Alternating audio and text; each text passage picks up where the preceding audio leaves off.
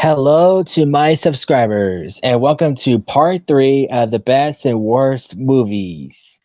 And let's hope that it goes better because in the part two, I had a lot of trouble just explaining some of the movies for some reason. But once everyone joins in, we'll get started, and hopefully things will get better.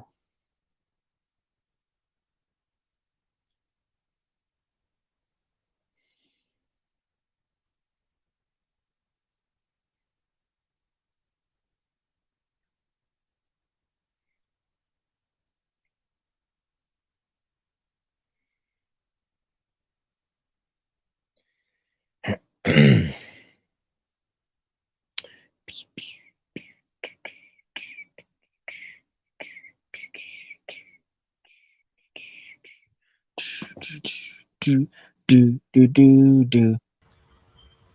Hello, Bob. Hey, How's it going, bud? I'm doing well. How about you?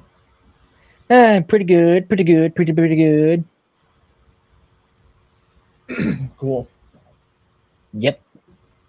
So what's going on with you? Eh, not much recently, Hmm. but You alright, bud? Hmm? You alright? yeah, I'm okay. Cool. I was. Oh, hey, dude. Someday do like a, I'm gonna do like some epic drawings of the Ultimates and other Power Enhancement aliens and the Anti-Trix aliens. So make sure you and Blitzy keep an eye out for those. Alrighty. How do you feel about those anyway? What, the Ultimates or the Anti-Trix? You can go like. I mean, first, let's go with Ultimate first, then Anti-Trix. Oh, hold on a sec. Welcome, Fresh X. Hey, what's going on? Nothing much. How's it going, dog? Wow, that's another attempt of trying to be black, but everything is going better now. So I'm pumped up for tomorrow because that's when we review KND for 5 6 years. Right. Hello, Galaxy. Hey, Yeah. How are you today? fine. That's cool to hear. That's cool to hear. And yes, Wait, I am. cold to hear? I'm sorry. Cold to hear? What's that? I mean, that's cool to hear that you're doing all right. Ah, Yeah. And so, anyways, yes, I am very excited to review Only Kids Next Door since I've seen every episode. I really enjoyed the series. A really good cast. Whoa. Don't give everything away, dude. I know. You didn't let me finish. A good cast, and yes, I can't wait to interview it with you tomorrow. It's gonna be a blast. Yes, and sorry, like I was just trying to like make sure to just. No, that's fine. That's fine. And also, I'm on the new Batman Adventures. Oh, that's nice. Completed the whole Batman animated series. Yeah, well, first I thought it was season three because the way HBO Max is, but they actually combined them together. So season three is basically the new Batman Adventures. Oh, so that's. Oh yeah. I see what happened. Yeah. So I'm on episode three, Cold Comfort. That's nice. It's real good. Yeah, I really love this series.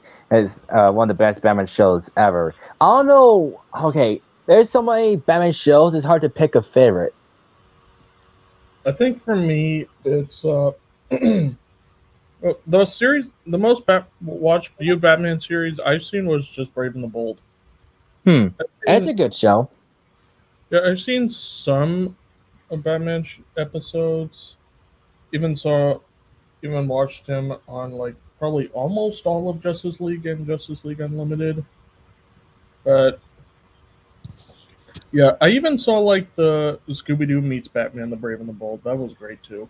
Yeah, I saw that too. And after I complete Batman the animated series, I'm gonna watch Superman the animated series.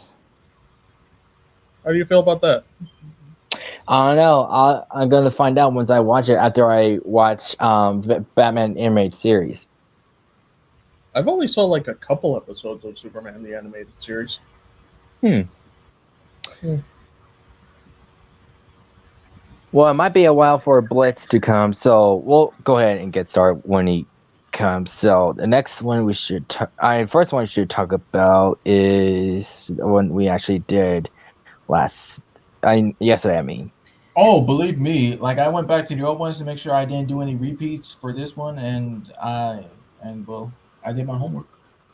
all right. First up is Monsters versus Aliens. Yeah.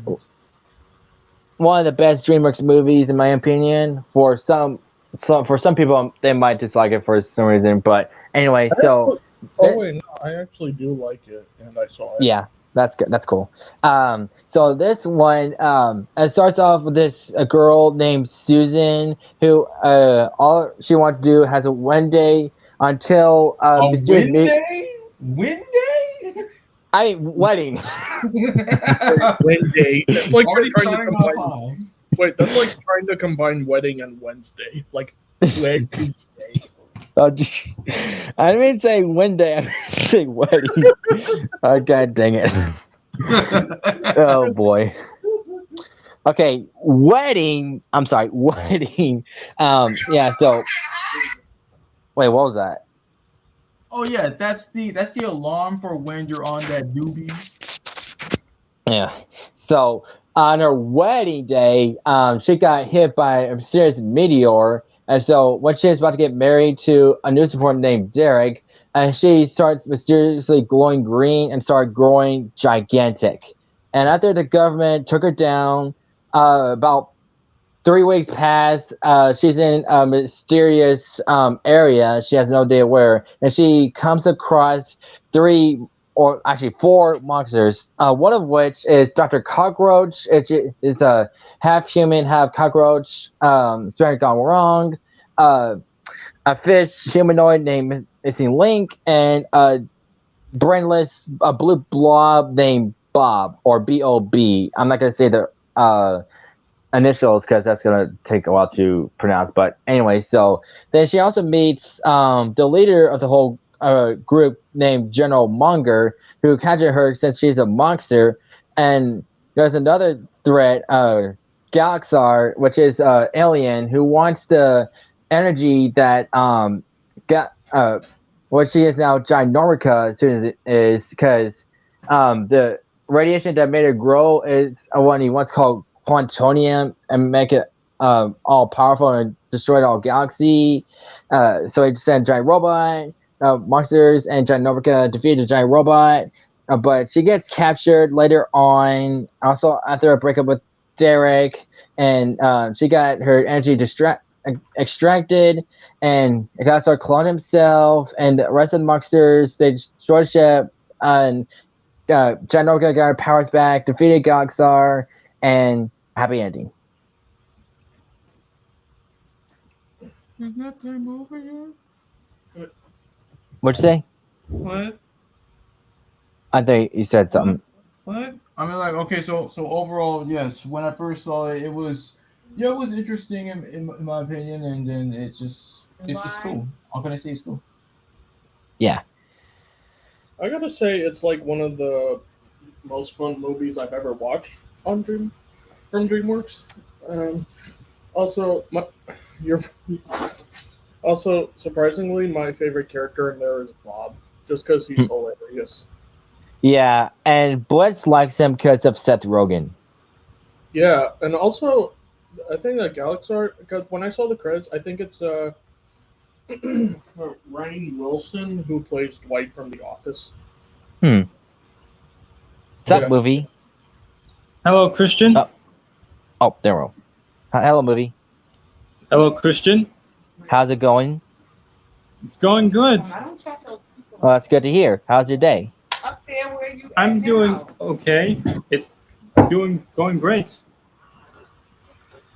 Well, as long as I have a good time, it's fine with me. All right. Even though I'm not really a fan of Spies in Disguise, but I'll let you talk about it fresh. That's the whole point. Like, if you don't know, then just like let other people know, like help out and stuff. So yeah, Spies in Disguise. Now, before anything gets. Oh wait, Spies in Disguise. I was thinking of Spy Kids. I'm sorry. Yeah, I have seen Spy Kids. I'm terribly sorry, Fresh. Go ahead, play the. That's not what I want you to play. Play the other thing. No. I got multiple other ones on here. I spent all day like collecting new ones. It's gonna be funny as heck, but I'm just gonna go on now. Yeah, just go ahead. So yes, this was the last film for Blue Sky Studios, and this was before the the slap heard around the world and stuff. So this was still in his prime, So Lance Sterling is like the world's greatest spy, so to speak, and Walter Beckett is basically just a 15-year-old quote unquote weirdo who wants to make a difference out in the world through his inventions. They both have like similar skill sets, eventually working together as a team when one of Walter's experiments causes Lance to turn into a pigeon. So they got like, and also trying to stop this evil guy with a robo hand from taking over the world and killing people. It's basically like a great movie because at first, when you watch the trailer, I thought it was going to be nothing but horse crap, but in the end, it's actually really great. Great dialogue, great characters, great chemistry, everything. Yeah, I watched the movie because I thought the trailer was pretty interesting, and I found out one of the characters, the director of the spy industry, is voiced by Reba McEntire. Reba McEntire? Yeah. Oh. I was mostly interested for the main ones, Will Smith and Tom Holland. That's understandable, but once you look up the cast and stuff, you'll know who voices the rest of the characters. Yeah, especially the most interesting one to me. It was DJ Khaled as Ears. Wait, who's Ears? Ears, Ears is that guy with the hat covering his eyes. It was like, these are my new kicks, man. Like, really? That was tight. Yeah, that was him. Hang on, let me look up this Ears character. Yeah. There was also a character named Eyes, like eyes and ears. Yeah, that's what I was telling him. Like Eyes was voiced by Karen Gillian, Gillian, Nebula from Guardians of the Galaxy and Ruby Roundhouse, Jumanji. Yeah, interesting. I know. And the most interesting thing is that the villain, despite him being referred to as Robohand and stuff, his actual real name is Killigan, but it's never mentioned. He's like one of those guys that. Is that so? I didn't know his actual name was that. Wait, I think also, hello, the Shane guy. I don't know who you are. Wait, apologies for interrupting, but I just want to say, I think I saw the name when I turned on my captions. And it said that right there, and I was like, huh. I mean, yeah, it's pretty dumb, but mysterious that, however, a name is never really mentioned, despite giving them a name. Yeah, and besides the robo hand, he has a special thing for his face, because he actually lost part of his face. So when he presses a button instead of an actual human face, it feels like a robot face. He's a cyborg, basically. Just yeah, it's not that hard. Yeah, but overall, it only covers the face, just not the hand. Mm-hmm. But yeah, overall. What? But, wait, Gershon, were you about to say something? Yes. Sorry. It's fine. Yeah, overall, it was a pretty good movie. I love funny moments, a lot of sad moments, especially the fact that the kid lost her mom. It's a dude. Yeah. Her, his mom. I don't want to say her. Walter. Oops. Yeah, Walter. Okay, now somebody definitely needs to call you up. Dumbass. Yeah, that's what I want you to do. Play in the beginning when I messed up the first time. Doesn't matter. There's a few more. Oh, by the way, right. What did you guys think of the gadgets Walter invented? They're inventive and creative and stuff. Yeah. Now he has a new way of playing it safe. Whoa, yeah, you may be right. I am lucky. That may be true, but it's still funny in its way. Yeah, and since you mentioned that, I'll talk about it in a little bit, but right now we'll talk about The Amazing Spider-Man 2. Oh, no. Oh, jeez. Yes, we all know that Will Smith was part of Shark Tale. Yes. So yes, Amazing Spider-Man 2, of course, sequel to Amazing Spider-Man, which I haven't seen. But anyways, news of the story about Spider-Man, saving the day, whatnot. But there's also a character named Maxwell. What's the last name? Maxwell Dillon. Thank you, Maxwell Dillon. As a Electro. let me talk about it, Bobby. Alright. It'd be Yeah, easier it's okay. for you to just speed it up. Yes.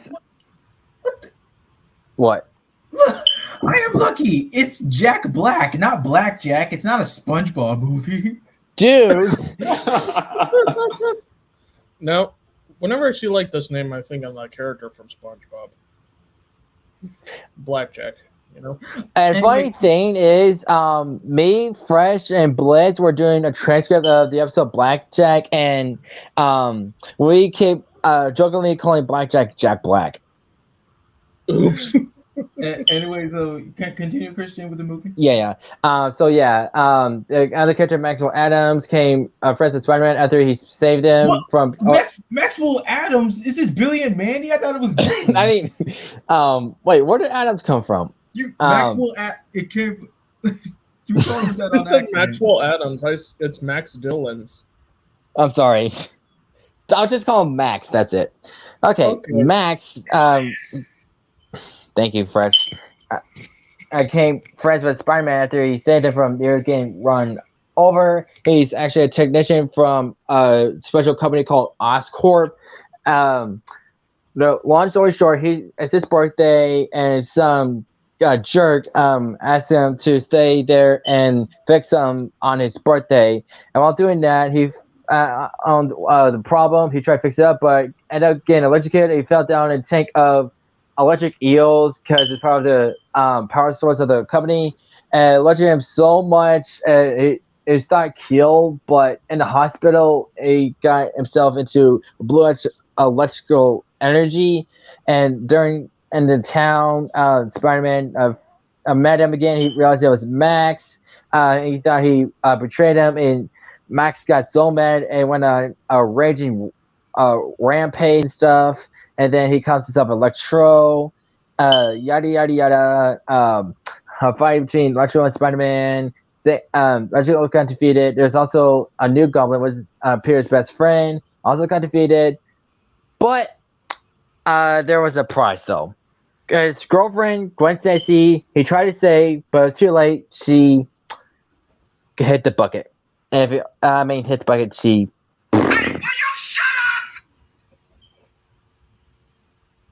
Okay, what was that? Come on, dude. Gwen, she died because if any of y'all remember that scene? Well, Yeah, that's why I was No, that. I meant like aside from you, Christian, did anyone else? I was like, of course, Spider-Man fans do remember that turning point, that breaking point on comic book history and stuff, right? Yeah.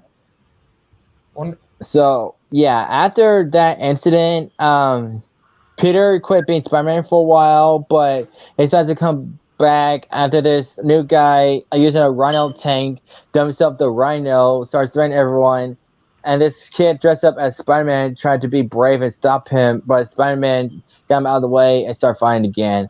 But that scene was short off, and there's supposed to be a sequel with him, Rhino in it, but of course they never got a sequel, and that's where we got MCU Spider-Man Tom Holland. yeah, and that's where we also got Spider-Man No Way Home. So Right. So yeah, Amazing Spider-Man 2 is one of my favorite movies, mainly because of Electro, because of how cool he is, and Jay Fox really nailed that performance. Yeah, I really liked it. I don't know why. I think the reason why people were giving like Andrew Garfield some crap was because like, oh, the original Tobey Maguire was so much better. Like they're always doing that. I guess it's understandable they say Tobey Maguire is better because that was his first live action appearance, but Andrew Garfield did good as well. I did like his I quips. I know. But Look. also, listen. Yeah. Sorry, No, Fresh, go. but y'all need to listen to this. Can we rewind it back to the I'm lame part? Because you are not. No, thanks. No, yeah, I appreciate that. I'm not saying I'm lame. I'm But just just saying the like self-talk. Maybe we should, you know, listen. because you're amazing. Just to take it in for a minute. Yeah. I can take it. No, I can take You are amazing. I can take it. You are amazing. Thank you. Yeah, thank Will you say it? No, I kind of needed to hear that. Thank you. Yes, Well, let's just hope we don't get in trouble for this. we do. Yeah, we do get the reference about that. But the whole point of this, why people hate this movie, is because juggling villains the same way it did with Sam Raimi's Spider-Man 3. Okay, and just the pacing and stuff is not Because people are always like. Yeah, I think I only got that. I think I was only like that from Spider-Man 2. Like, why are there so many characters? I mean, for some movies, I really don't mind, because it like expands the world, I think. maybe. Anyway, also side note, Harry's Goblin, it was like a bit creepy. Yeah, and I wasn't really a fan. I mean, I get like the goblin like designs on him. That's okay. Yeah, but yeah, and it I was the first prefer time I prefer Willem Dafoe. Yeah, we know. He really does have a good Mark Hamill impression when you hear it. Not really. All right, Shark Tale, and a lot of people say it's like a DreamWorks ripoff of Pixar's Nemo. No, it isn't. I've seen both those movies. I even had Shark Tale on DVD, and I liked it. Well, look, that's what people say, making comparisons. Ant in a Bug's Life, and Madagascar. I mean, that one I get, but I mean that one. Yeah. Wait, what? I didn't say anything. Me neither. But all right, I thought someone said something. No. But yes, Shark Tale is about, before we get to the main character, it's about a shark named Lenny, voiced by Jack Black. He is a night shark, doesn't want to eat fish. He also has a brother named Frankie. Thank you, Frankie. Almost I said Lenny again. So he wants him to eat fish to make his pop proud, and so he still doesn't want to eat fish. Then we cut to a lot of fish living about and stuff, because there's a lot of shark problem. News reporter is wondering who will stop the sharks. Then we pull to the main character, Oscar, who is basically a nobody and just wants to live a cool life.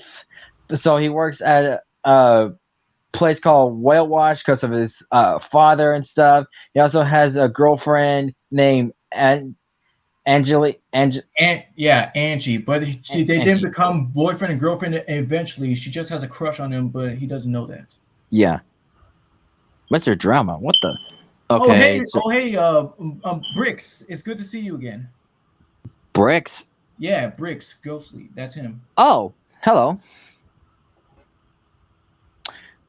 And also, I don't know who this Mr. Drama is, but there's a different language when I pressed on it, so I'm not gonna let him in. So, okay, where was I? Oh yes, so his friend Angie has a crush on him and stuff, and so we move to the main antagonist, Don Reno, who is Don Leno. Jesus freaking Christ. Yeah, boo. Yeah, so he's the father of Lenny and Frankie. Also, there's Oscar's boss, Mr. Sykes. So apparently, Oscar owes him a lot of clans, 5K clans to be exact, and stuff. So if Oscar doesn't pay him, he's gonna get killed or whatever. So he needs to figure out what to do and stuff, and Angie, I give him a pearl that should be enough, but he stupidly bets it on a horse during a horse race, or seahorse race to be exact. And so during the race, he lost because the horse tripped because reasons, and two jellyfish, which is his henchmen, took him to the bottom of the deep and just messing with him and stuff. And then Oscar met Frankie and was trying to attack him, but Frankie refused. So, I mean, Lenny, I keep messing up. God dang it. Yeah, Lenny refused to eat him, but Frankie started attacking Oscar, but ends up getting hit by an anchor and got killed. So Lenny ran away. Oscar took credit of killing the shark, named himself the Shark Slayer, ended up becoming famous. Yeah, let me just pass forward everything, yada yada yada. Oscar reveals to everyone that he's not the Shark Slayer. He explained to the father shark that an anchor killed his son, and wondering why Lenny didn't tell him. He said because he wants to do anything and tell him and stuff. So they start to hug. And G and Oscar come together, and Oscar and decides to become partners, and he's now the manager. Now he's no longer a nobody.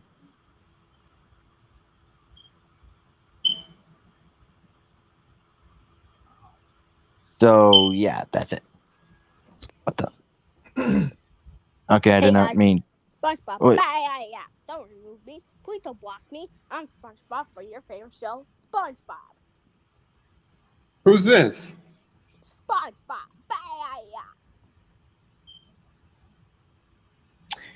I think it's some kind of subscriber beggar or attention seeker. I didn't mean to let him in. I meant to hit banned. Wow, that was unexpected. Yeah, Yeah. Was, and there was some introduction he had. Okay. Yep. So, what are your guys' like initial thoughts on that movie? Because for me, I honestly did like it. I saw like no comparison with Finding Nemo. I just basically enjoyed it. Yeah.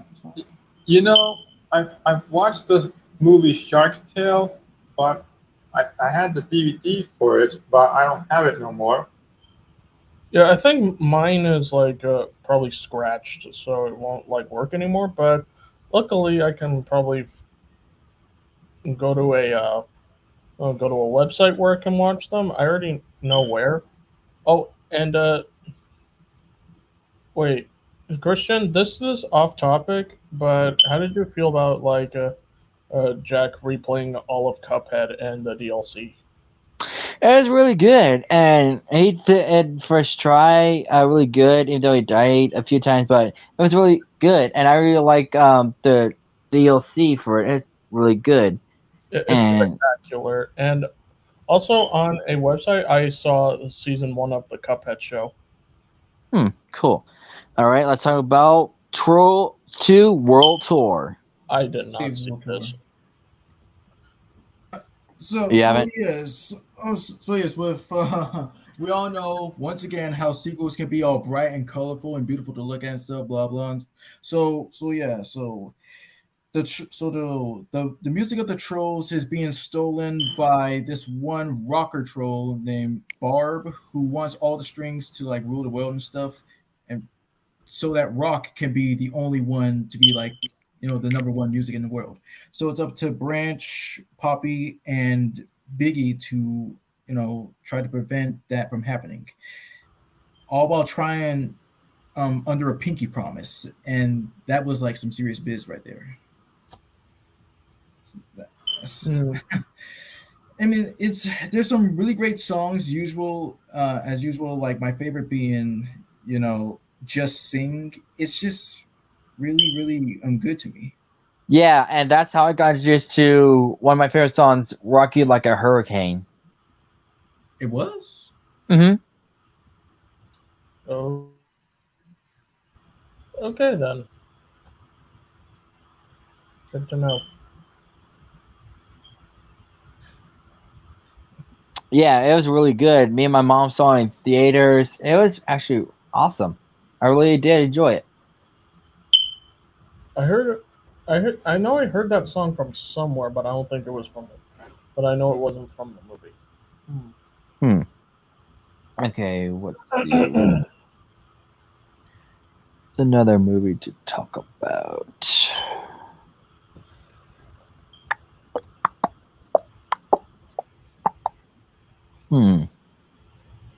Oh, Beauty and the Beast. You know, that movie sounds familiar. Have you seen that? Yes, years ago when I was a kid. It's one of the greatest. Yes, it's one of the greatest Disney movies of all time. Yeah, Have you seen the live action version?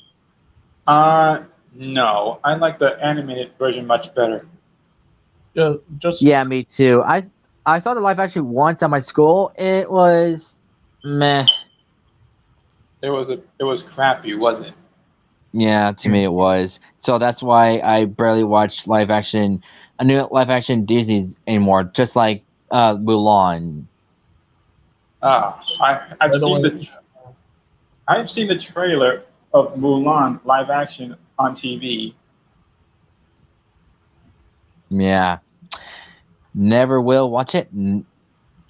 All right, so we're talking about the original Beauty and the Beast, the Disney classic. Oh, wait. All right. Christian, before you say that, yeah, I just want to say a brief moment while you said your like rant on the live action. We're sorry, Emma Watson, because she was Belle. Oh yeah, that's right. Now, please continue. All right, yeah. So classic Beauty and the Beast. It starts off a British narrator is telling a story about a prince who is actually a total rich brat. Old lady just offering him a nice rose, but he neglected her because of how ugly she is.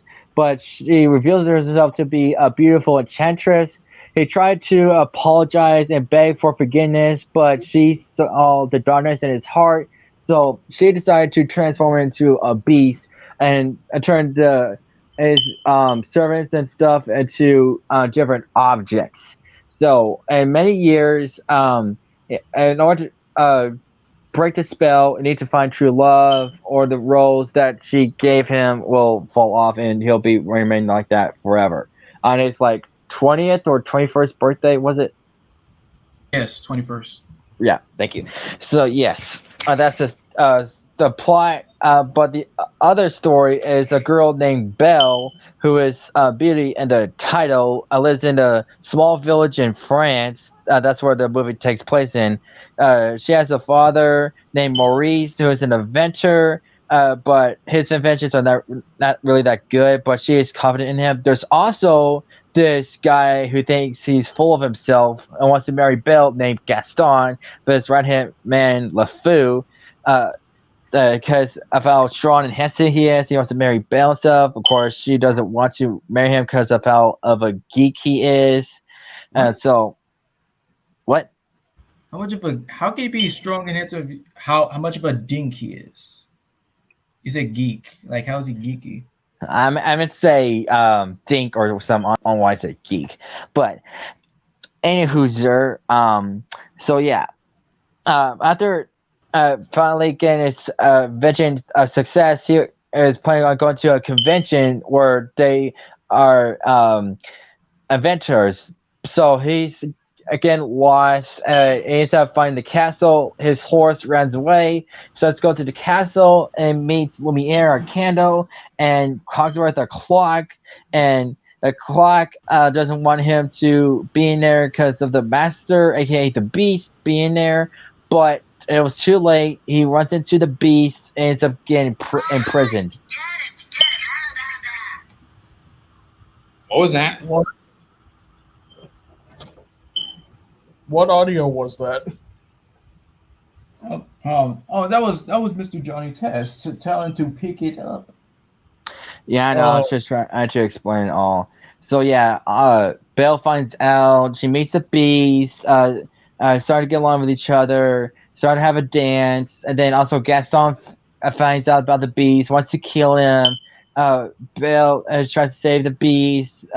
course, he's mournful, and Bill say Beast, and then he gets backstabbed literally by Gaston, and then Gaston falls to his death by Beast. Beast is soon dead, but through true love, a magic aura forms around him and he becomes human again, along with the other servants and stuff. And then Bill and the prince became married. Isn't that romantic? Yep. Question: when did the Beauty and the Beast came out? In the In 90s. the 90s. I was born around the 90s. That Oh, time. that's cool. So you're older than me. You bet I am. Hello. He's one of my subscribers.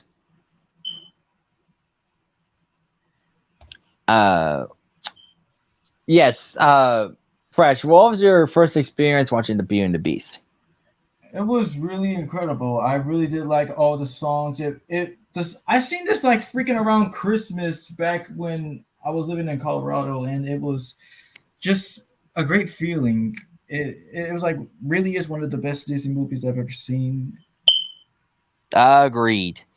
And the live action can eat its heart out because nothing can beat the classics.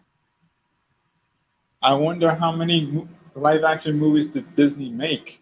Okay, Shano, if you listen, if you please pay attention to like the topics that we're like on, we will discuss like what they're all about. Okay. No, I'm talking to this guy right here. Like, Yeah, the Chris, you can- Shano guy, I don't really know. Oh. Yeah. Yeah, because, And I never really saw Sandlot, but I have heard of it. yeah, so like it's around like the summer where Scotty Smalls, the new kid on the block, meets up with all these other guys interested in like all baseball. They start to bond and become friends, and that's basically it. They're just having a good time around the summer, and there's this really epic chase about the scene about Benny Rodriguez getting chased all over the neighborhood from Mr. Myrtle's dog. And Mr. Myrtle, like this old mysterious man, reveals to just be just a regular guy who happened to hold this prized baseball autographed by Babe Ruth himself. Wow, that's cool. And the sequel with boys and girls uniting and stuff, it was awesome in its own way. Oh, it's one of those kinds of movies. Wait, what are you talking about? Like boys and girls sometimes hate each other, but have to like work together and such. Well, I mean, they come to like understand each other better, kind of in that sort of way. I see. Pardon. I'm kind of gassy because I'm drinking a peach soda. But, anyways, have any of you seen My Big Fat Greek Wedding? No. No, I have not. Well, it's actually a pretty neat. Okay, so it's about this Greek woman. She's in her 30s. She needs to get married by her father because it's a Greek tradition and stuff. She's kind of an awkward type of girl until she meets this really hot guy she likes, and then she wants to marry him, but her father refuses because her father is one of those type of guys, like not like overly strict. It's just a Greek way and stuff. But you just have to watch the movie to understand it more. But moreover, she finally convinced her father about the guy. They get married and happy ever after. And there's also a sequel to that as well. Oh, there is? Yeah. But she has a daughter. Oh, that's nice. Mm-hmm. Let's see.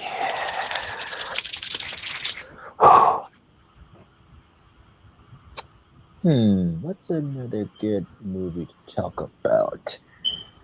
Hey, Bobby, have you seen Scene 2 yet? Huh? Scene 2. No. What about you, movie watcher? Not exactly. Okay, so I skipped that. So I don't want to have spoilers for you guys. I mean, I don't know if I am gonna watch them, but yeah. But it is a good movie. It is on DVD. If you do have Walmart or other store, I don't know if it'll be there for you, but I recommend you watch it. It's really good. Okay. Perhaps I should. Yep, the animation and detailing is just wonderful. Wait, did you say the? Wait, Christian, did you say the movie is called Scene 2? Mm-hmm. Yeah. Okay. Yeah. There's a movie called Can't Hardly Wait. Yeah, like I'll explain. Like, so it's around this graduation party for these high school students. It's kind of like a Fast Times at Ridgemont High meets Superbad or something like that. So it's like all focusing around like each different student that's presented us with their own different purposes and see them develop throughout the movie when this party goes on. It has some like really noticeable some really noticeable people like Seth Green and Drew Barrymore and Jenna Elfman. It's really nice. Interesting. A movie with Seth Green and Drew Barrymore. That actually does sound interesting. Oh, and so which Charlotte's Web you're gonna discuss? Like the like the classic. I forgot to put the year. It's the first one. Oh yeah. Oh, I saw this one. I saw it on VHS a while back. Yeah, I saw both the classic and then the sequel. What about the live action one? I think I did. Yeah, the live action one. Yeah. Oh wait, I did see it. I think I saw the full version of it.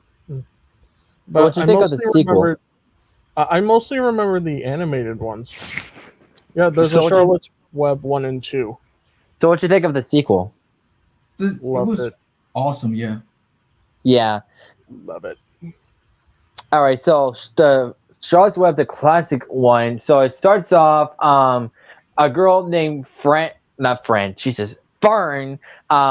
on farm with her pa. There are just been rumors that pigs been littered, but there's a small pig, and the father decides to kill the pig because he's the runt to make him into bacon and ham, whatever. But the girl doesn't want him to do it. It told him it's not fair, so he decides to give the baby, decides to name him Wilbur, and starts to take care of him and stuff. But as time goes by, he starts growing up.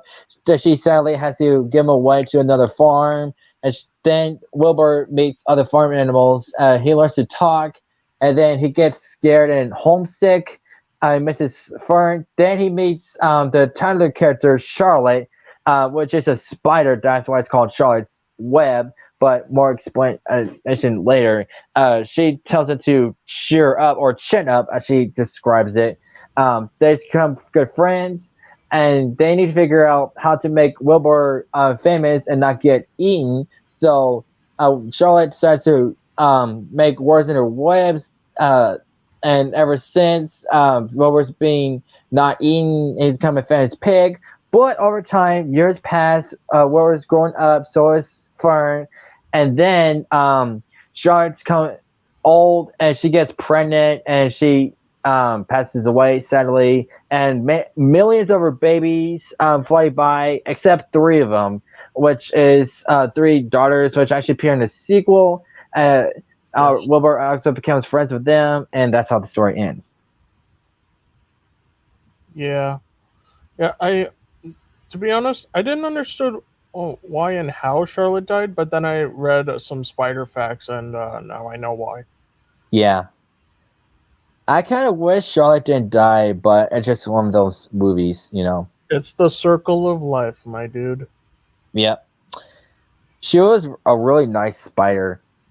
It was awesome to talk with her, you know. Yeah, and I especially love the creativity she puts in her webs. Yeah.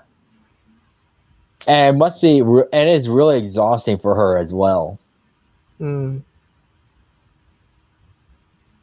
Okay, let's see what's another good one. A good one or a crappy one. Let's see. Oh.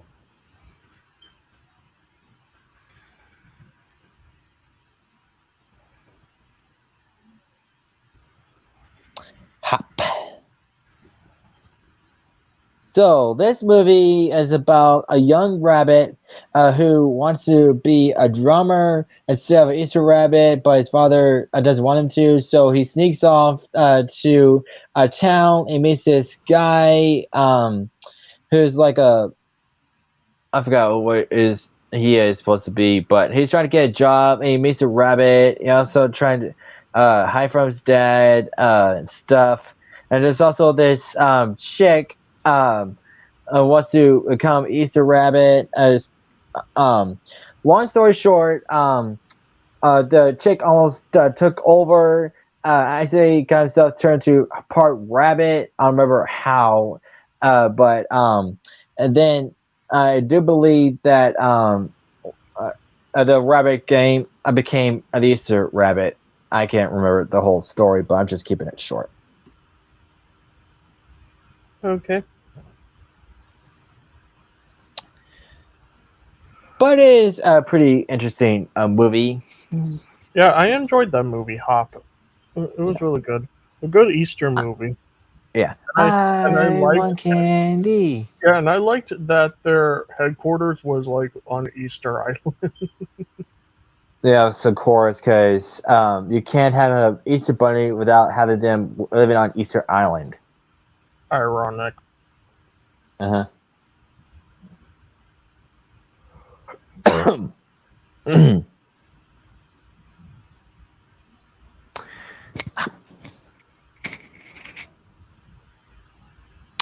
Okay.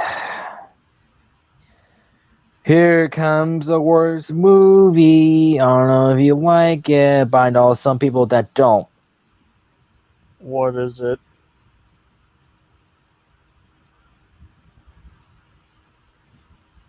Oh, never saw it.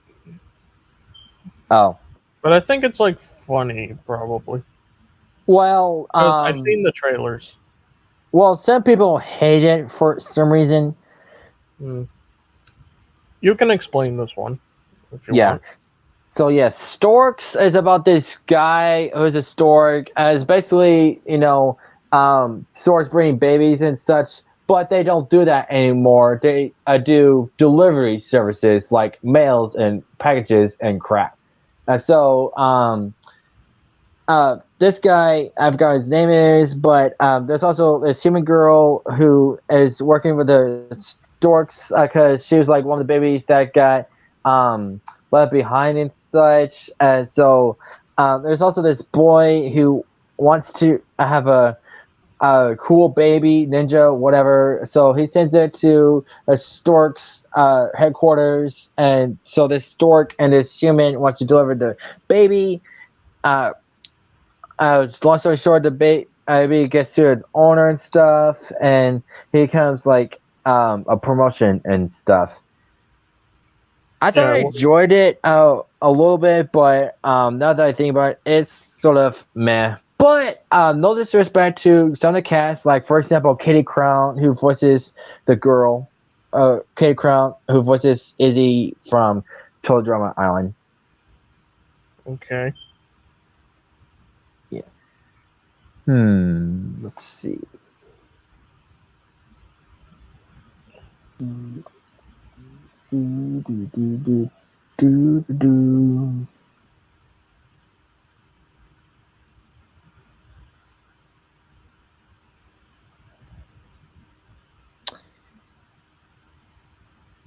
Kung Fu Panda. Yes. How about you explain this one, Fresh?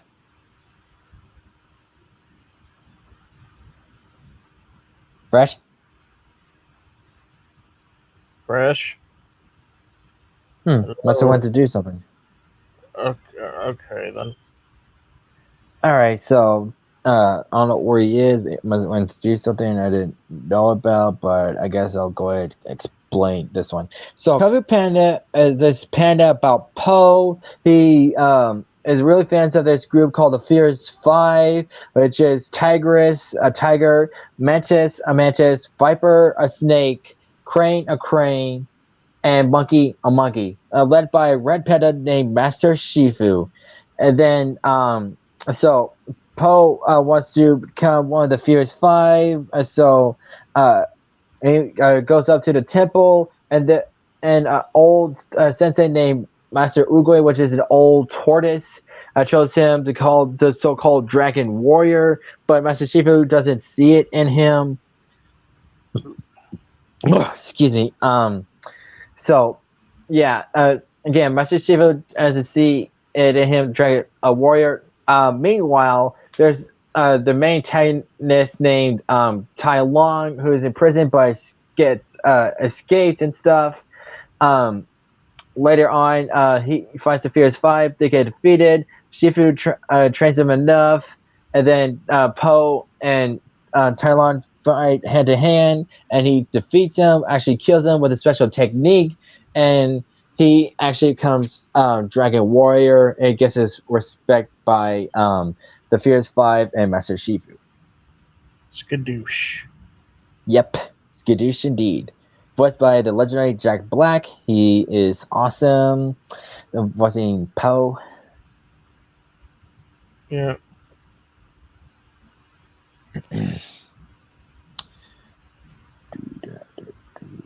Did you see like all three of them? Mm-hmm. Yeah, I saw. Yeah, same. And I also saw the series Fu Panda Legends of Awesomeness. It was on the Nickelodeon. I haven't seen that in years. That was my childhood. I gotta go back and watch that again. Yeah, I had no idea they keep making sequel series from left and right too. I think sequel series is good because it like, as you know, like adds more to the story, you know. Yeah. And see what happens like after the movie, like it did with Big Hero 6. Yeah. Yeah. I wonder if they will actually make a Big Hero 6 too. Well, right now they're on Disney Plus. There's Yeah, wait, I know about the one with Baymax. I like it. Yeah. Hello. I don't even. What? Hello. Oh. I am Okay. Baymax, your personal healthcare companion. Oh Yeah. no. What do you think about this About what? series? I have not seen it, but I've like what? Oh. I've seen a little bit of the series. It's actually pretty neat. I like the style of it.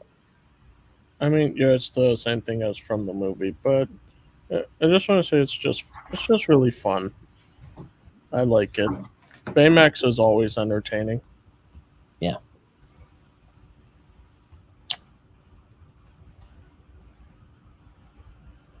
All right, I'm back. Oh, what are we doing? All right, one at a time, please. I just had to like let the dogs out outside because Oh, okay. Who let the dogs out? Ooh, ooh, ooh, ooh. Wizard, like Wizard of Oz. If you listen, if you listen closely, all right. So it's all about this prodigy kid who's like really great at video games and stuff, and his brother decides to like take him away so he can take him to this video game tournaments, and along with this girl, they all became good friends and stuff. So it's basically like a road trip type of movie, just testing his brother's ability mastering these games and stuff.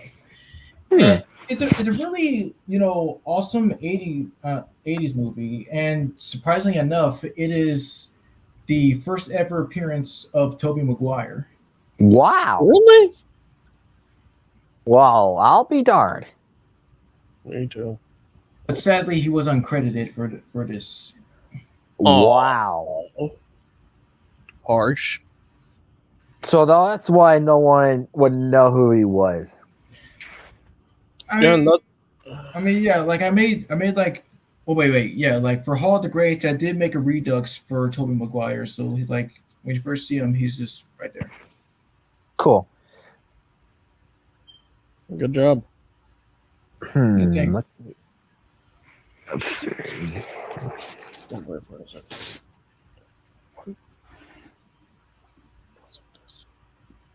Hmm.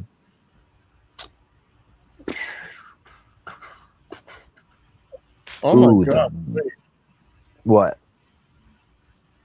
There's a Kung Fu Panda series on Amazon Prime. It says Kung Fu Panda The Paws of Destiny. And it takes place after the third. Yeah, I've heard about that. I'm checking that out later. The Mask. Smoking. Star Jim Carrey. Yeah. And the first ever appearance of Cameron Diaz. Oh, that's our first appearance? Yeah. Wow. The only Well, how first about appearance that? I remember of her was Shrek, so. That's what anyone would say. Huh. Yeah. Would you like to explain this one, Fresh? Oh, I thought you were gonna explain it. Like I could explain it, but how about you explain half and I explain half? Is that cool? Or Yeah, sure. So, okay, I'm gonna look up the cast because I forgot the name of the. Okay, never mind. I'll do it then. All right, so Yeah. so it revolves around this weak neurotic dude named Stanley Ipkiss, and this version being like a bank teller, and he does come across the titular mask that turns him into like the the insane superhero with all these unique abilities and stuff. And even though I did see it just once, it's just basic slapstick superhero style. With that's all that is. And Christian, you just want to like add some stuff in? Yeah. So yes. He finds a mysterious green mask, which was I already did say that part. Oh yeah, I was just trying to explain it more. That was kept in a secret chest abandoned in the ocean many years ago. So Stanley finds it, and only at night when he puts it on, he becomes this mysterious being. And because of his personality, he watches cartoons a lot. He becomes very wacky and cartoony as such, and he just causes random havoc and stuff. And in the mornings, he doesn't remember what happened. Well, he does remember what happened, but it doesn't tell anyone what happened and stuff.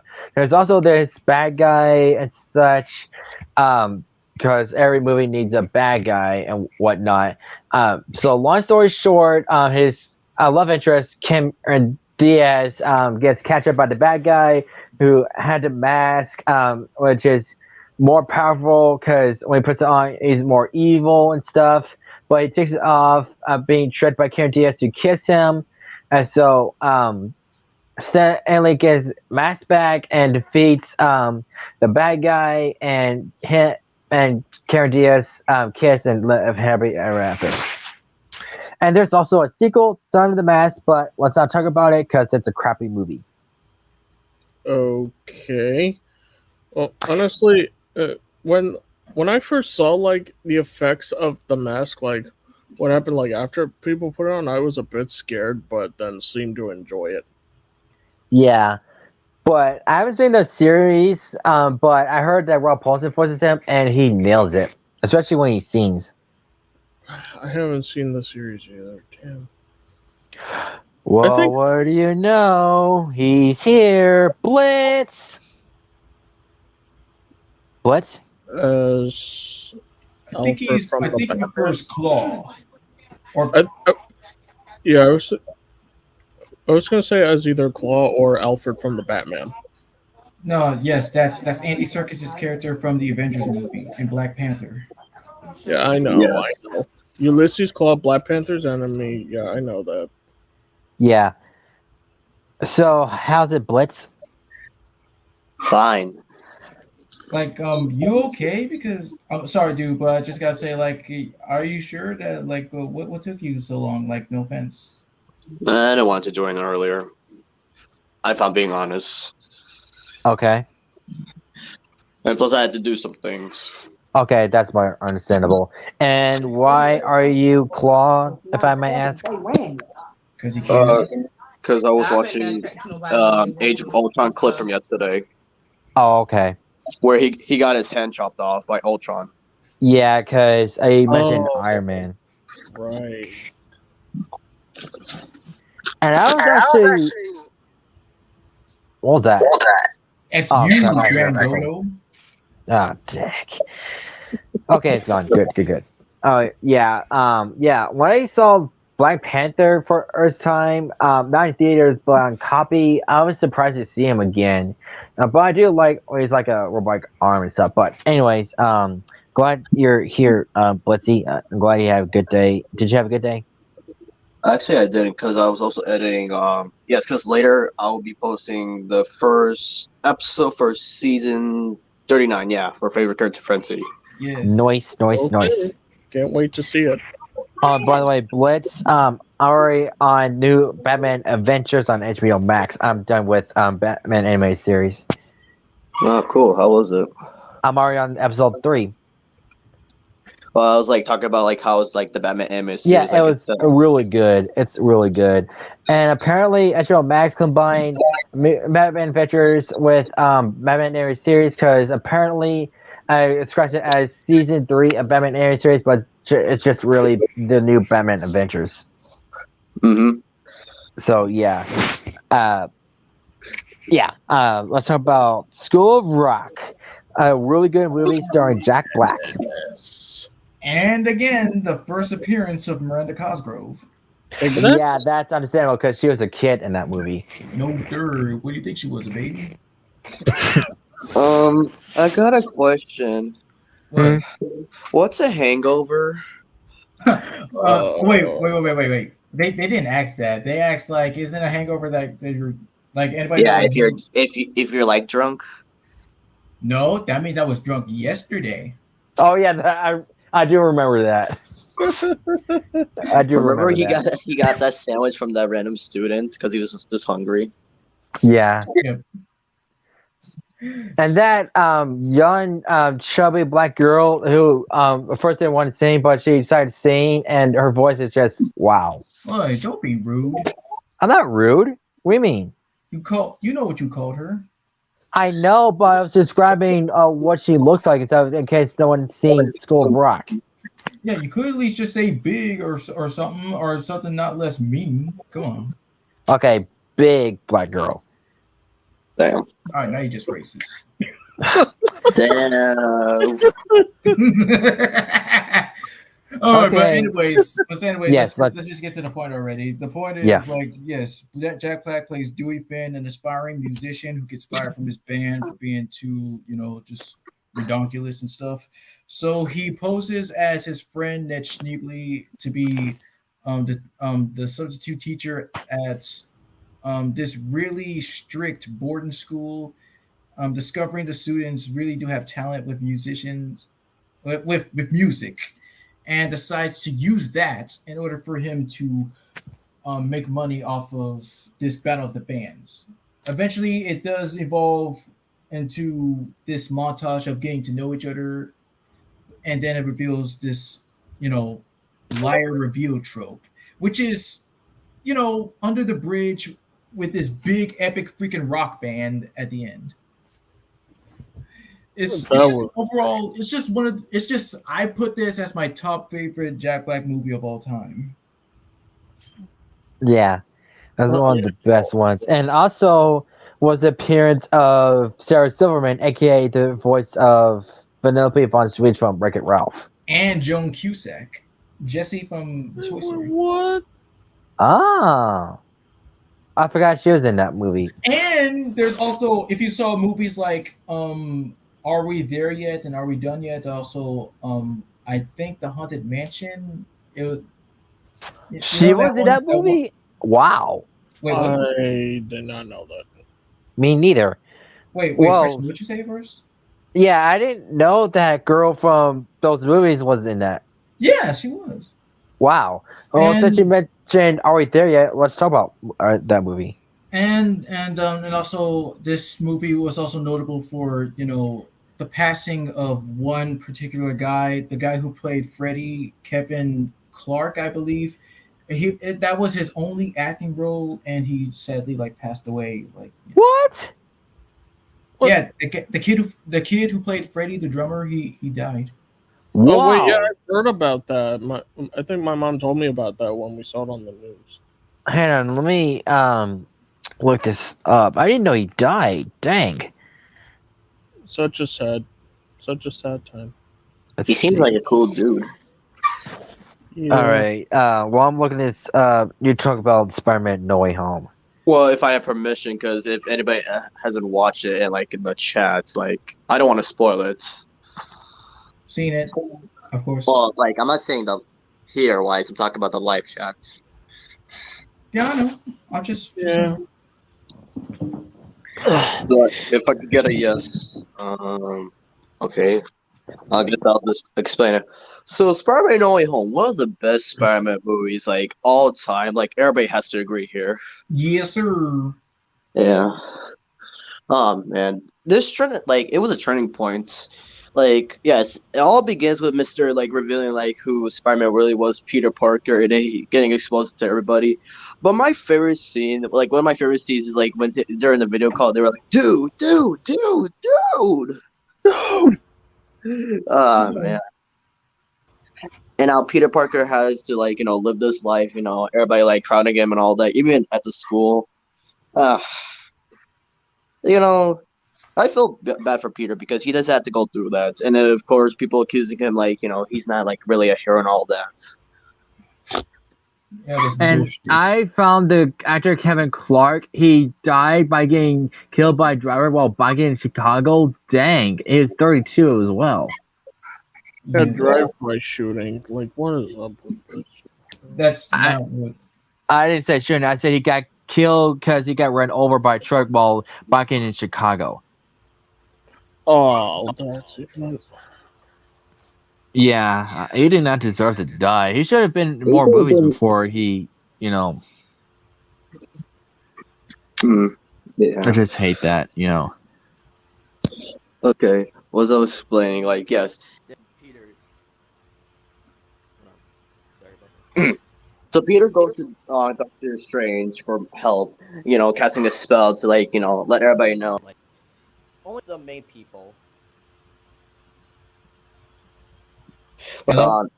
MJ, Ned, and let's see, Aunt May to only know his identity, and let others not know.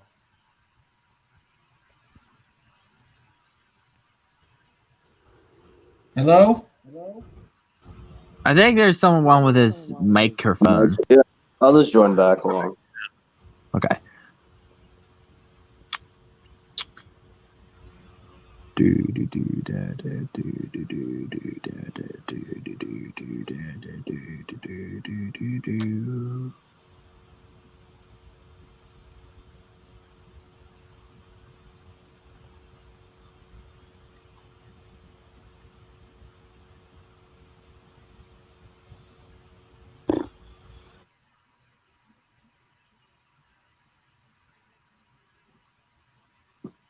I can't move in strange places. I can only be in my home. It is though I'm watched by strange faces. It's why I need to. Oh no! What? Look what he put. Oh, Cars 2? Well, I did enjoy it. I expect your opinion, but I did enjoy it. Oh well, the Pixar fans are going to be coming after you. No! Sacrifice him! Burn him up! Skin him Well, alive! you can't disrespect Michael Keane. Yeah, Michael Keane voicing Famous Missile. He did pretty good. Well, yeah, that may be true, or maybe not for some other people, but this but still gonna hate you.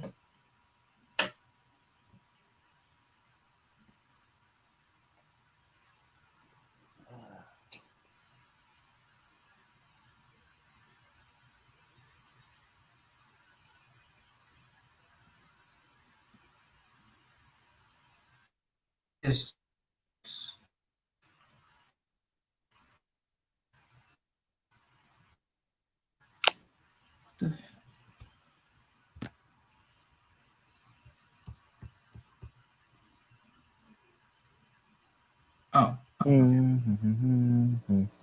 Stupid.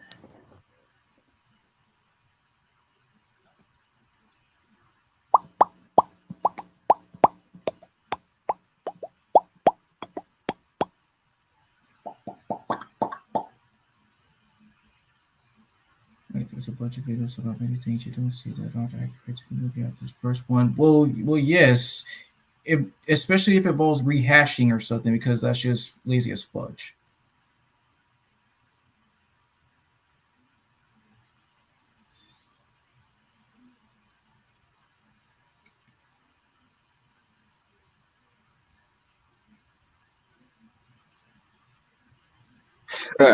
Back. So as I was explaining, he went to Doctor Strange. He was asking if he could cast a spell for like people not knowing he's Spider-Man anymore, but only to like 3 people. That would be Ned, Aunt May, and MJ. But he did say happy as well, but that's besides the point. oh yeah, thank you. But the spell like went havoc, because Peter was keep saying this and that, and then like the spell eventually, collapsed, and like you. And here's a fun fact though. We all thought like Doc Ock was like the first villain to come out, right? It was actually the Lizard, because if he's still like in the cracks, the Lizard pops out. Wow. Oh. So like yeah, and now like Doctor Strange is having this whole thing about like why would you do that to the spell and all that. And then now we cut to like I believe yes, he wanted to do something with Flash Thompson. Do you remember, Fresh? Okay, he basically said like if he could just swing him around to school and stuff, so he'd become like best friends or something like that. But that was just like a little thing. He was just trying to like go to that woman to convince her that MJ and Ned deserve to go into college, not because of him. Well, thank you. And after all that, we hear like a commotion, like everybody's screaming, and right in the bridge we see the man himself, Alfred Molina, aka Doc Ock, and he says that famous line, "Hello, Peter." Mm-hmm. And then they have this whole epic fight, because this Peter's really confused, saying like, "What have you done to my machine?"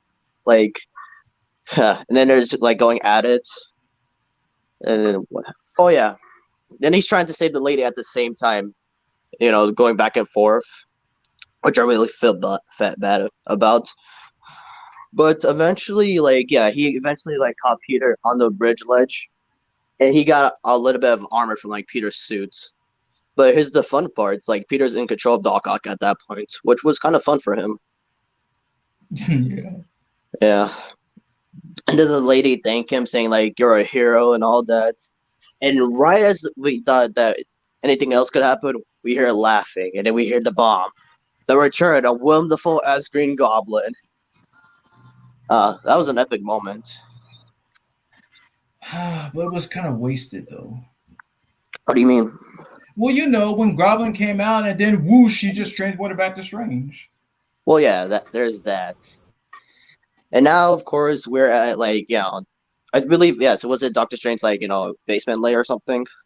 Yeah, I believe that he imprisoned Doc and Lizard and Yeah, a little bit of fun fact. Doctor Strange actually caught Lizard by himself during this in the sewers. Like, I just remember the first part, like where he was trying to like rip Peter apart, like but he's like trapped in that force field and all that, like trapped. And then like Peter is trying to like find anything else that he could find, like the Green Goblin and all that. But then we get approached by a light energy, aka Electro. At first he was blue because of the previous films, but eventually he got like new powers because of like new universe and all that, and now he has yellow energy. He thought he got screwed, but luckily he got saved by Sandman. It was like, "Peter, remember me? It's me, Flip Marco. I'm not your Peter. What the hell? What do you mean? I'm like, Peter, what the hell's going You actually on?" said that? Yeah, he did. Huh. And then Peter and Sandman had this plan where like Sandman had to like cover all like Electro, so like he could take out the cords and all that. And it's shockingly because from the trailer, like Electro got his body back because he was not all blue and stuff. One of my favorite lines from it was like, "What, you gotta act like I'm not butt ass naked." You actually said that too? Wow. Yeah, he literally said that, and then he Man. got caught.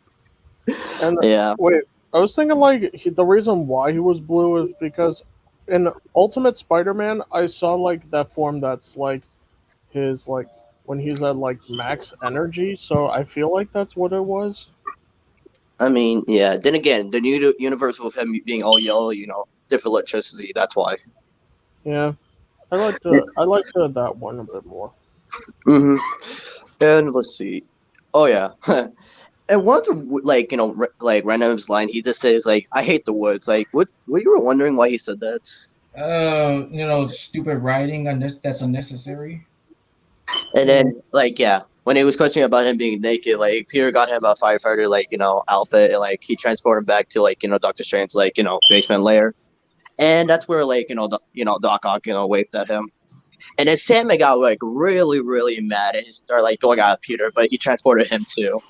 And this is where we meet all the villains. But before that, I believe the Green Goblin had a moment with the mask. Remember, like talking back and forth, like Norman and Green Goblin. Yes. Yeah. Man, and then, it gives you flashbacks from like the first Spider-Man film. Exactly. Other references that you will make you remember some of the things from the other movies too. Yeah. And then smashing the mask, especially like that took a lot from like Norman. Yeah. Of course, we find Norman and like what was that place that Aunt May works Feast. at? Feast. Feast. Oh yeah, Feast. And he was talking about like how he's so confused and all that, and talking about how there's no Oscorp here. Basically, it's like Stark. Him and Harry don't exist in that universe. Yeah, which leads to the theory that the spy bite that like came from like Peter was actually from Stark Tower because there's no Oscorp. Think about that.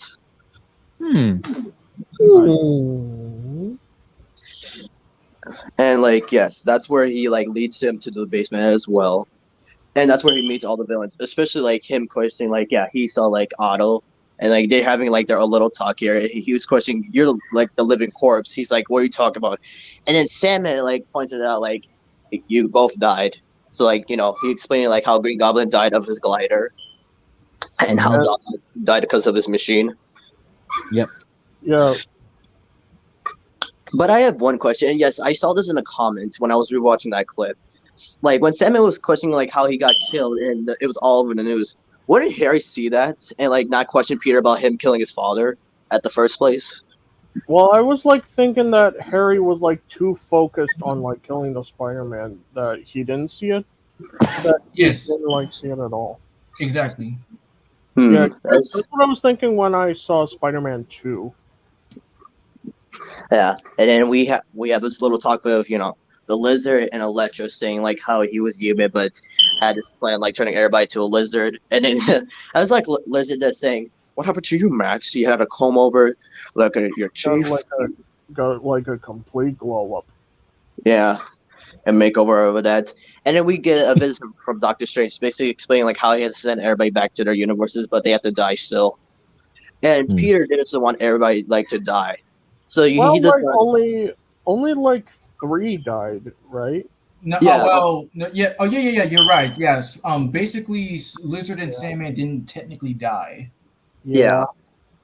And that's kind of funny because the 3 villains that died, their actors showed up to set, but for the villains that didn't die, their actors didn't show up on the set. Think about that. Yeah, that is ironic. That is. Yeah, but the reason why they're there now is because, well, like Doctor Strange said, they're only there because they know Peter Parker's Spider-Man. Well, yeah, and but it was interesting to find out like both like Thomas Hayden Church and like the actor that played Lizard was not actually at the set, and then like other actors had to like be at their place. Yeah, which explains why Sandman was like mostly sand for most of the film. Yeah, and they had to reuse like clips from like the old like Spider-Man movies.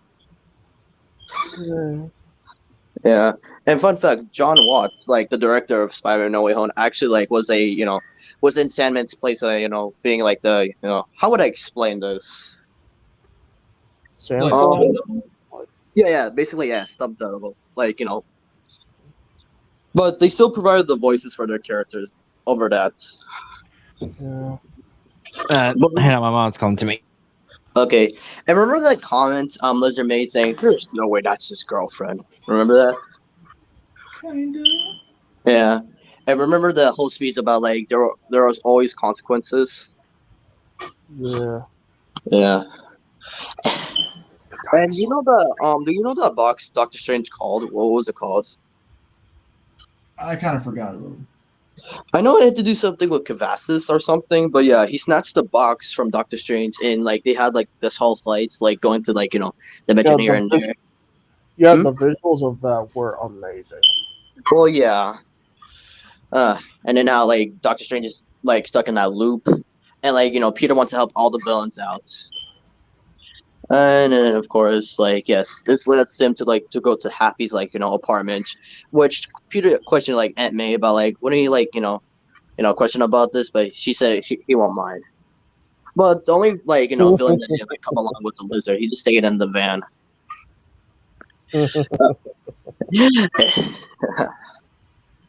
I just like how Dr. Octopus is very worried about this because he's gonna kill us all. Frozen burritos. I could go for one. He's gonna kill us all. Moment, Doc knew he was wrong. Yeah. And remember when Sandman was sitting on the couch? He got sand everywhere. Like, what do you expect? Yeah. But remember when Electro was getting them vibes, like, because he what was it called? What was it? The arc, yeah. Basically he was getting the energy vibes from it. The arc reactor. Yeah, thank you. And remember when the machine got torn up to the kitchen walls? And once again, Dr. Octopus said he's gonna kill us all. So eventually, Peter was trying to make a cure for all of them, and then Green Goblin was looking at it. He's like remarkable, visualizing everything, and then he was offering something like, if you ever need a job, you could go back to my universe. I was like, go back to your universe. Isn't your company over? Yeah, he probably is. I don't know. I was thinking when Green Goblin appeared in there, probably at the. So, the villains entered Tom Holland's universe as but here's the thing though, they appeared when they died. So when Green Goblin got killed by his glider, that's when he appeared. Yeah. Yeah. And of course, yeah, Peter was so excited because he made the cure for Doc Ock, and Doc Ock was resisting, saying get your hands off of me and all that. But once he put the cure on him, he was all normal. He couldn't hear the voices anymore. He was like, Norman, yes, it is me. They were all happy and all that. But before getting cured, remember that comment he made saying how he turned how Norman turned himself to a monster and all that. Yes. Yeah. And of course, Electro was about to get cured and all that. But it was a turning point at the point because there's a difference with Green Goblin and Norman Osborn or himself because of the teeth gap. You can't tell. I'm gonna talk about 2 more movies, then I'm gonna end stream because I need to lie down because I'm starting getting a headache for some reason, maybe because of my allergies. Okay. Or maybe the Deadpool syndrome. Oh, I'll explain to you later. You'll understand. Okay. Next one. He wasn't done yet. I'm sorry. I was still explaining, but yeah.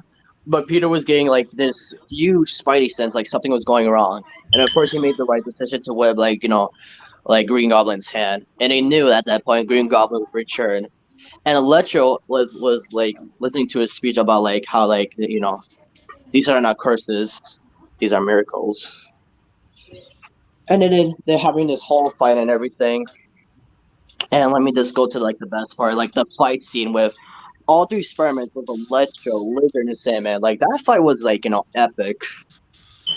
Epic indeed.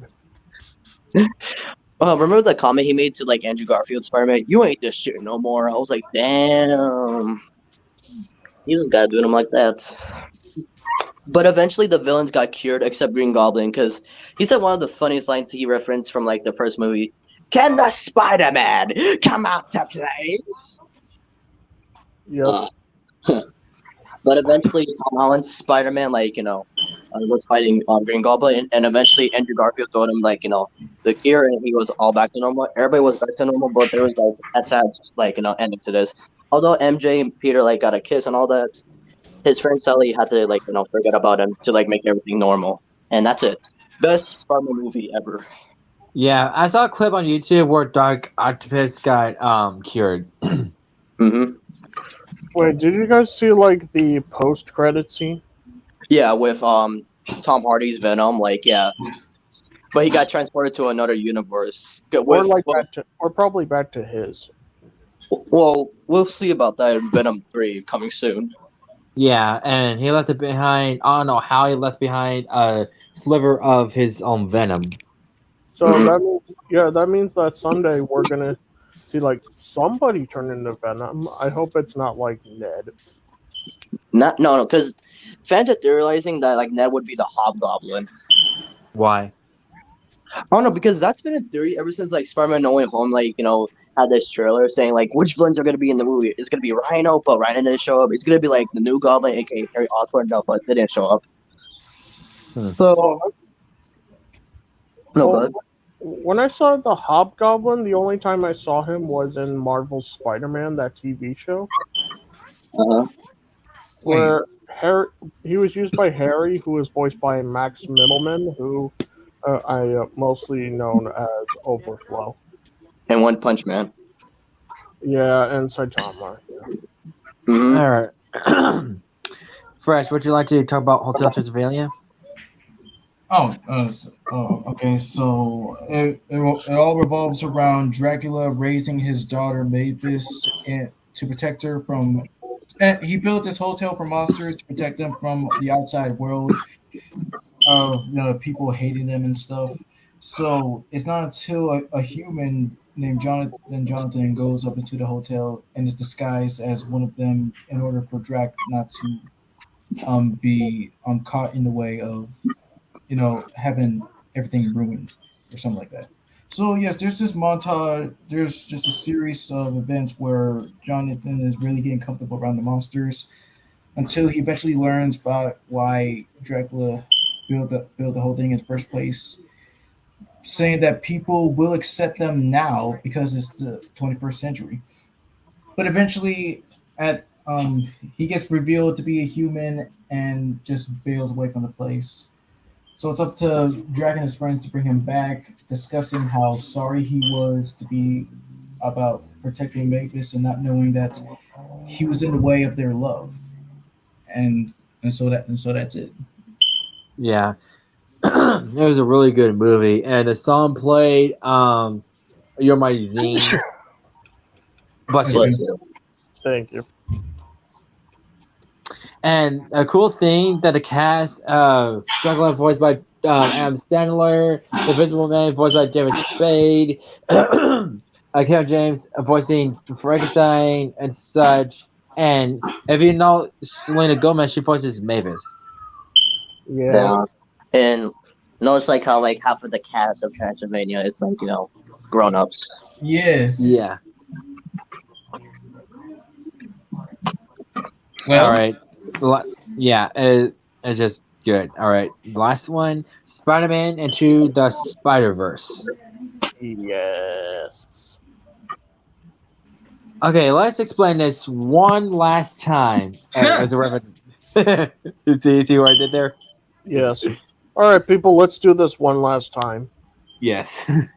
Yeah, so it's about this boy named Miles Morales, just a normal boy, normal life. He comes across this girl named Gwanda, which is actually Gwen, but she doesn't tell him. Dude, she just only said that to hide her identity. Yeah, I know. So, yeah, like I said, no boy, no life, and then he gets bit by a spider, just like Spider-Man. He technically meets Spider-Man, but not really, because he didn't really get a chance to talk to him, because he actually got killed by the main antagonist, Kingpin, which is a big, tall, above lord, and a main villain of the Spider-Man franchise as such. He's a meatball. He's Yeah, a big ass basically, meatball. yeah, basically, overgrown meatball. But the actor that played Kingpin, Liev Schreiber, like he did awesome because of Sabretooth. Mm-hmm. And long story short, there are different Spider men, like Gwen Stacy, Spider-Man, or Gwen Just say Spider. the Spider, okay, Bam? Yeah, Gwen Spider. My bad. Yeah, Gwen Spider, Spider Ham, Penny Parker, Spider Noir, who is voiced by Nicolas Cage. He did awesome with that. Long story short, there's a big battle between Kingpin, a female version of Dr. Octopus, and Scorpion. Miles Morales managed to defeat Kingpin. Everyone is sent back to their own dimensions, and Miles Morales became his own Spider-Man in his own world. Yeah, I really liked that movie. It was like, especially like the entertainment was great and the casting was awesome. I can't wait for the sequel and Same. the visuals of it. It's basically like a comic book come to life. That's Yeah. true. And I really enjoyed the game too. I actually have 2 posters of it, one on my wall and one on my ceiling. Wait, game? Yeah, he's talking about like Miles Morales, not Into the Spider-Verse. Like he just Yeah. it wasn't specific. Yeah, my bad. The game is Spider-Man Miles Morales. Yeah. So, Yes. what'd you think of the stream? Blitz has something for you. Oh, I do. Are you? Oh wait, no. What the? In the chat, Eagle Eyes. Oh, I didn't know he left. That's okay. And that the game, like I can't wait for even though I might not play, but I can't wait for the game for next year because Venom will be played by Tony Todd. Who is known by the Fallen from Transformers: Revenge of the Fallen and Candyman from the first Candyman. He was also in Transformers Prime. He is? Yeah, he played Dreadwing. Oh yeah, that's right. I forgot you did tell me about that. So yeah, I can't wait to see how that works. I already know how the heck Carrie came like that in the first place, but we'll find out when the game comes next year. So, anyways, what you guys think of this? Wait, about your question, yes, the stream was really good, and I'm also excited for God of War 5 Ragnarok. I'm getting that one. Nice. And Fresh and Blitz, what are your thoughts of the stream? Yeah, even though I joined late, it was a good experience, especially talking about Spider-Man No Way Home, which I forgot to leave out a good detail, like the new actor that plays like Daredevil. That was really surprising. So yeah, I think the stream went really good, and I'll put a poll to for next StreamYard. So you guys have a great rest of the day and enjoy your week. You too. See you guys. All right. See ya. Yep.